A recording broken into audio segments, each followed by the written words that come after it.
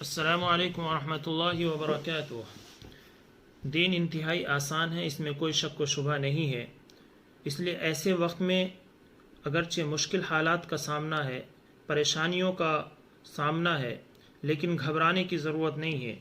دین پر حتی الامکان کوشش کرے کہ ہمارا عمل ہو جائے تو پھر دنیاوی زندگی بھی کامیاب اور آخرت کی بھی زندگی کامیاب ہوگی۔ ابھی سردست مسائل ہیں، مثلا تراویح کو ایسے لوگ کیسے ادا کریں کہ جن کے پاس کوئی حافظ نہیں ہے، یا ان کے خود کو بھی صورتیں یاد نہیں ہیں، کم از کم 10 صورتیں بھی یاد نہیں ہے، تو ایسے وقت میں اس طرح کے لوگ کس طرح تراویح کو ادا کرے؟ اگر 4 صورتیں بھی ان کو یاد ہے تو ایسی صورت میں ان کے لیے تراویح کا ادا کرنا بہت ہی آسان ہے کہ ہر ایک رکعت میں انہی 4 صورتوں کو دہراتا رہے اور 2 رکعت کر کے نیت باندھتا رہے۔ اس کے علاوہ اگر 4 رکعت بھی یاد نہیں، 4 صورتیں بھی یاد نہیں ہیں اور صرف اس کو 2 ہی صورتیں یاد ہیں تو ان 2 صورتوں کو دہراتا رہے، اور اگر صرف اس کے ایک ہی صورت یاد ہے تو ایک صورت کو بھی ان 20 رکعتوں کے اندر دہراتا رہے، بار بار پڑھتا رہے، الحمد شریف کے بعد صورت ملاتا رہے، اور اس طرح سے مکمل 20 رکعت کرے۔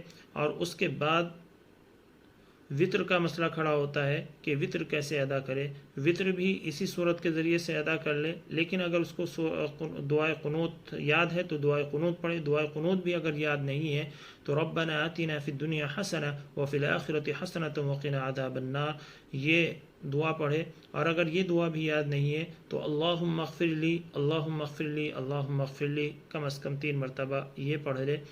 اور اگر اتنا بھی نہیں کہہ سکتا تو کم از کم یا ربی یا ربی یا ربی 3 مرتبہ پڑھے، اور اس طرح سے وطر کی نماز ادا کرے۔ یعنی 2 رکعت کے درمیان بیٹھنا ہوتا ہے، اور 2 رکعت کے بعد تیسری رکعت میں کھڑے ہو کر کے اللہ اکبر کانوں تک ہاتھ اٹھا کر کے پھر سے نیت باندھ کر کے دعائے قنوت یا دعائے قنوت کی جگہ یہ دعائیں جو بتائی ہے ان دعاؤں میں سے کوئی ایک دعا ضرور پڑھ لے۔ اس طرح سے وطر کی نماز بھی ادا ہو جائے گی۔ اسی طرح سے گھروں کے اندر لوگ نہیں ہے، صرف ایک مرد ہے ایک عورت ہے، تو جماعت کر سکتے ہیں آسانی کے ساتھ۔ اور جماعت کا طریقہ یہ ہے کہ مرد امام آگے بڑھ جائے اور خود اس کی وائف یا اس کی بہن بیٹی جو بھی ہے وہ پیچھے کھڑی ہو جائے، اس طرح سے وہ نماز ادا کرائے۔ اور اگر مرد کے ساتھ ایک دوسرا مرد بھی ہے تو اس صف بنانے کا طریقہ یہ ہے کہ وہ مرد جو ہے دائیں طرف امام کے کھڑا ہو اور عورتیں پیچھے، بلکہ عورتوں سے پہلے بچے اور بچوں کے بعد پھر عورتیں کھڑی ہو۔ اس طرح سے جماعت کے ساتھ نماز ادا کی جا سکتی ہے۔ اور اگر 2 مرد ہے تو 2 مرد یا 2 سے زائد مرد گھر کے اندر موجود ہے تو امام کے پیچھے مرد کھڑے ہو اور مرد کے پیچھے پھر بچے کھڑے ہو اور ان بچوں کے پیچھے عورتیں کھڑی ہو، اس طرح سے جماعت کے ساتھ نماز ادا کرے۔ یہ نماز کا اور جماعت کا بہت ہی مختصر اور آسان طریقہ ہے۔ ایسے وقت میں ان مسائل پر عمل کرنے میں کوئی مضائقہ نہیں، انہی مسائل پر عمل کیا جائے۔ تو اس طرح کی ویڈیوز کو، اس طرح کی باتوں کو دوسروں تک پہنچائے، کیونکہ بار بار بہت سے لوگ یہ سوال کرتے ہیں، پوچھتے ہیں، فون آتے رہتے ہیں کہ آخر ہم لوگ کس طرح سے نماز ادا کریں۔ تو ایسے لوگوں تک پہنچانے کی کوشش کرے تاکہ ان کا رمضان مبارک بہت ہی آسانی سے گزر جائے اور عبادتوں کے ساتھ گزر جائے۔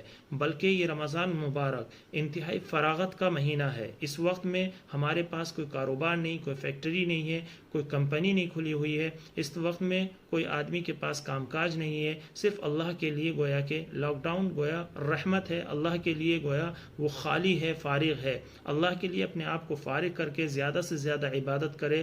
فردن عبادت کرنے کا موقع ہو تو فردن کرے، اور اگر 2-4 گھر کے افراد جمع ہو کر کے جماعت کے ساتھ اجتماعی طور پر عبادت کرنے کا موقع ملے تو اجتماعی طور پر گھر کے اندر رہ کر کے عبادت کرے۔ اللہ تعالی عمل کی توفیق عطا فرمائے۔ وآخر دعوانا ان الحمد للہ رب العالمین۔